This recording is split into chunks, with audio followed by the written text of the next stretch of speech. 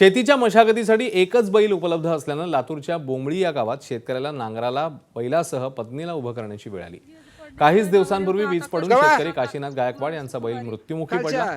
बैलाच्या अभावी दोघे कष्टपूर्वक शेतीची कामं करत असून त्यांच्या परिस्थितीची परिसरात चर्चा होती आहे। काशीनाथ गायकवाड बरोबर हे का पडले काल शुक्रवारी पडले। बरोबर मग आता एक बैल नाही का मग आता तुम्ही दोघ जण आम्ही हो का कष्ट करला होता मग मला तुम्ही दोघ जण वडला हो आमचा मी वडला हो का दोघं बरोबर. बैल एक मी धरले हो का। तुमचं पूर्ण नाव काय माझं औषाबाई काशीनाथ गायकवाड गाव गाव बोंबळी तालुका